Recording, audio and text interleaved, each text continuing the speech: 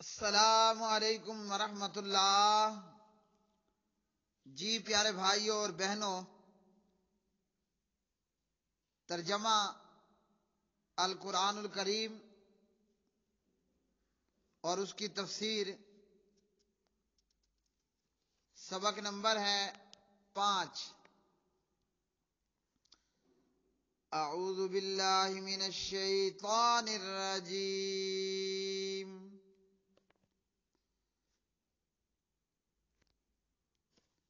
ایاک نعبد و ایاک نستعین۔ ہم صرف تیری ہی عبادت کرتے ہیں اور تجھ سے مدد مانگتے ہیں۔ ایاک، تیری ہی، نعبد، ہم عبادت کرتے ہیں، وَإِيَّاكَ، اور تجھ ہی سے، نستعین، ہم مدد چاہتے ہیں۔ پیارے بھائیوں، عبادت کے لغوی معنی عاجزی اور انکساری، اور شرع میں عبادت کمال درجے کی محبت، عاجزی، انکساری اور خوف۔ عبادت کا معنی کسی کو غیبی طاقتوں کا مالک سمجھ کر اس سے انتہائی درجے کی محبت کے ساتھ اس کے سامنے انتہائی درجے کی عاجزی، ذلت اور خوف کا اختیار کرنا، اور یہ حق صرف اللہ رب العالمین کا ہے۔ اسلام وہ دین ہے جس نے بندوں کو ایسی ہر غلامی سے آزادی عطا کی اور صرف ایک اللہ وحدہ لا شریک کا بندہ اور عبد بنایا، جو کہ انسان کا پیدا کرنے والا اور انسان کی پرورش کرنے والا ہے، اور ساری مخلوقات۔ عبادت صرف اللہ ہی کے لیے اور اللہ کے ساتھ کسی کو شریک نہ کرنا، اور جیسی محبت اللہ سے کرنے کا حق ہے اور جیسا خوف اور ڈر اللہ سے رکھنے کا حق ہے، ایسی محبت کسی سے نہ کرنا اور ایسا خوف کسی کے تعلق سے اختیار نہ کرنا۔ نماز پڑھنے والا نمازی نماز کی ہر رکعت میں، وہ بھلے امام ہو، مقتدی ہو، مرد ہو، عورت ہو، بچہ ہو، بوڑھا ہو، جوان ہو کہ ہجڑا ہو، ہر نمازی نماز میں، نماز کی ہر رکعت میں، وہ نماز جاری ہو سری ہو، ہر نمازی ہر نماز کی ہر رکعت میں ایاک نعبد کے عہد اور اقرار کو کرتا ہے۔ یہ کہتا ہے کہ ایاک نعبد، تیری ہی ہم عبادت کرتے ہیں۔ نماز میں نمازی کا یہ اقرار کرنا کہ اے اللہ، ہم صرف تیری ہی عبادت کرتے ہیں، لیکن نماز کے بعد کسی دوسرے کی بندگی کرنا، یہ اللہ تعالی کے ساتھ غداری ہے، جسے اللہ رب العالمین نے کبھی معاف نہیں فرمانا۔ اللہ رب العالمین ارشاد فرماتے ہیں کہ ایسے غداروں کے تعلق سے، ان اللہ لا یغفر ان یشرک بہ، ان اللہ لا یغفر ان یشرک بہ ویغفر لمن یشاء، ان اللہ لا یغفر ان یشرک بہ وَيَغْفِرُ مَا دُونَ ذَلِكَ لِمَن يَشَاءُ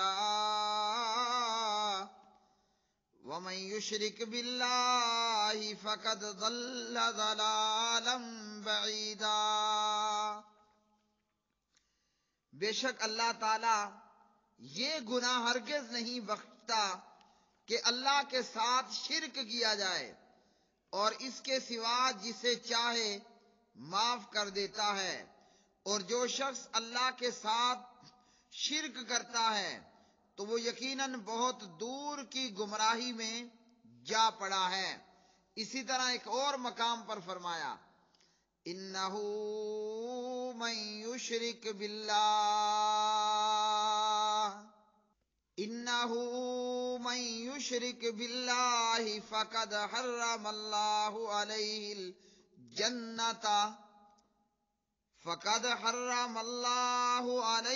الْجَنَّةَ وَمَأْوَاهُ النَّارُ وَمَا لِلظَّالِمِينَ مِنْ أَنصَارٍ۔ بے شک جو اللہ کے ساتھ شرک کرتا ہے اللہ نے مشرک پر جنت حرام کر دی ہے، اور مشرک کا ٹھکانہ جہنم ہے، اور ظالموں کے لیے کوئی مددگار نہیں۔ ایک اور مقام پر فرمایا ان الشرک لظلم عظیم، شرک ظلم عظیم ہے، بہت بڑا ظلم ہے۔ افسوس یہ ہے کہ بعض کلمہ پڑھنے والے نماز میں تو عہد کرتے ہیں، اقرار کرتے ہیں کہ تیری ہی عبادت کرتے ہیں، لیکن اللہ کے ماں سوا دیگر کو مدد کے لیے پکارا جاتا ہے۔ وہ قبروں میں پڑے ہوئے مردے جو سنتے نہیں ہیں اور سنتے نہیں، سمجھتے نہیں، اور مدد بھی نہیں کر سکتے ہیں۔ جیسے کہا جاتا ہے بہاول حق بیڑا دھک، بری بری امام بری، میری کھوٹی قسمت کر دے کھری۔ کہا جاتا ہے یا رسول اللہ صلی اللہ علیہ وسلم اغثنی، اے اللہ کے رسول صلی اللہ علیہ وسلم میری مدد کیجئے۔ یا کہا جاتا ہے کہ اے مولا علی، اے شیر خدا میری کشتی پار لگا۔ یا کہا جاتا ہے یا المدد یا غوث اعظم۔ تو نماز میں اقرار ہے کہ ہم صرف تیری ہی عبادت کرتے ہیں، اور اس اقرار کے بعد پھر اللہ کے ساتھ شرک بھی کرنے لگ جاتے ہیں۔ ایاک نعبد، ہم صرف تیری ہی عبادت کرتے ہیں، اس کو پہلے لایا گیا، اور ایاک نستعین، تجھ سے ہی مدد مانگتے ہیں، اس کو بعد میں ذکر کیا گیا۔ یہاں دعا کا پیارے بھائیوں سلیقہ سکھایا گیا ہے کہ دعا کرنے والا اللہ کی حمد و ثنا بیان کرے، اللہ کی حمد و ثنا بیان کرنے کے بعد اپنی بندگی اور اپنے تعلق کا حوالہ پیش کرے۔ تو یہاں ہم تیری ہی عبادت کرتے ہیں پہلے یہ کہا، اور پھر مدد کے لیے سوال کیا کہ ہم تجھ سے ہی مدد مانگتے ہیں۔ پیارے بھائیوں، ایاک نعبد، اس آیت کے اس حصے میں شرک سے بیزاری کا اظہار ہے، یعنی اے اللہ ہم تیرے سوا کسی کی عبادت نہیں کرتے، ہاں بلکہ صرف تیری ہی ہم عبادت کرتے ہیں۔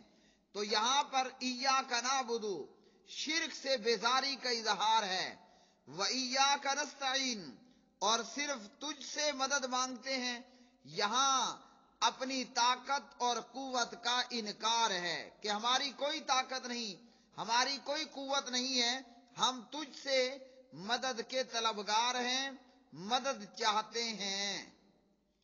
جیسا کہ ایک اور مقام پر اللہ رب العالمین نے فرمایا فَاعْبُدْهُ وَتَوَكَّلْ عَلَيْهِ وَمَا رَبُّكَ بِغَافِلٍ عَمَّا تَعْمَلُونَ، چنانچہ اللہ کی عبادت کریں اور اسی پر بھروسہ رکھیں، اور آپ کا پروردگار اس سے بے خبر نہیں ہے جو کچھ تم کر رہے ہو۔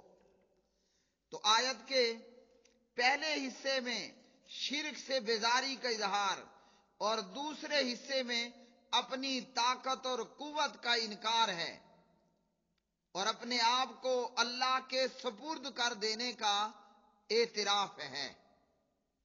اس آیت مبارکہ میں اللہ رب العالمین نے ہمیں یہ حکم دیا ہے کہ صرف اللہ خالص اللہ اکیلے کی عبادت کی جائے اور تمام کاموں میں اللہ سبحانہ و تعالی سے مدد کا طلبگار ہوا جائے، اللہ رب العالمین سے مدد مانگی جائے۔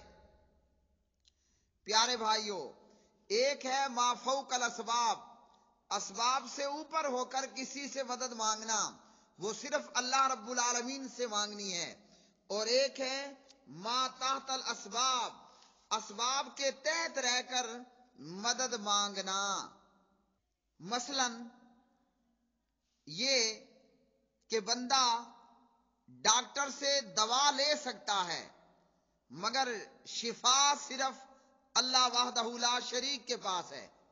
ڈاکٹر سے بندہ حکیم سے دوائی لے سکتا ہے، مگر شفا ڈاکٹر کے ہاتھ میں نہیں ہے، بلکہ شفا من جانب اللہ ہے۔ جیسا کہ ایک حدیث میں ہے، اللہ نے ہر بیماری کی ایک دوا اتاری۔ اسی طرح ڈاکٹر سے ہم دوا تو لے سکتے ہیں، مگر ڈاکٹر کے پاس شفا نہیں۔ کتنے ہی ڈاکٹر ہیں، ہزاروں لوگوں کا علاج کرتے ہیں، مگر کم ہی لوگ شفا یاب ہوتے ہیں۔ اور ایک بندے کو شفا اگر ایک سے مل رہی ہے تو دوسرے کو شفا کسی اور سے مل رہی ہے۔ تو ڈاکٹر سے ہم دوا لے سکتے ہیں، مگر شفا صرف اللہ کے پاس ہے۔ کوئی صاحب مال خیرات تو دے سکتا ہے، مگر غنی بنانا، فقیر کو غنی بنانا، یہ اللہ کے ہاتھ میں ہے۔ طبیب علاج تو کر سکتا ہے، مگر اولاد سے نوازنا یہ صرف اللہ کا کام ہے۔ فوج آدمیوں اور اسلحے سے ایک دوسرے کی مدد تو کر سکتی ہے، مگر فتح و شکست کا اختیار اللہ کے پاس ہے۔ دنیاوی اسباب و وسائل کے ذریعے ایک دوسرے سے مدد مانگنا یہ جائز ہے، جیسے فرمایا وَتَعَاوَنُوا عَلَى الْبِرِّ وَالتَّقْوَىٰ، نیکی اور تقوی کے کاموں میں ایک دوسرے کی مدد کرو۔ اور جو لوگ مرے ہوں کو یا مورتیوں کو پکارتے ہیں، ایسے لوگوں کے یہ اعمال شرک پر مبنی ہیں اور یہ لوگ مشرک ہیں۔ نہ مرا ہوا سنتا ہے، نہ مٹی اور پتھر کی مورتی سنتی ہے، اور نہ وہ ہماری کوئی مشکل کشائی کر سکتی ہے، نہ مورتی نہ مرا ہوا۔ بلکہ مرا ہوا کیا خاک سنے گا کہ یہاں سویا ہوا پیر اور مولوی نہیں سنتا تو مرا ہوا کہاں سے سنے گا، سوائے اس کے کہ جو باتیں احادیث میں موجود ہیں، مثلا مردہ جاتے ہوں کی جوتیوں کی آواز سنتا ہے وغیرہ۔ ایاک نعبد و ایاک نستعین، ہم صرف تیری ہی عبادت کرتے ہیں اور صرف تجھ سے مدد مانگتے ہیں۔ وآخر دعوانا ان الحمد للہ رب العالمین۔ یہ آج کا سبق نمبر 5 تھا۔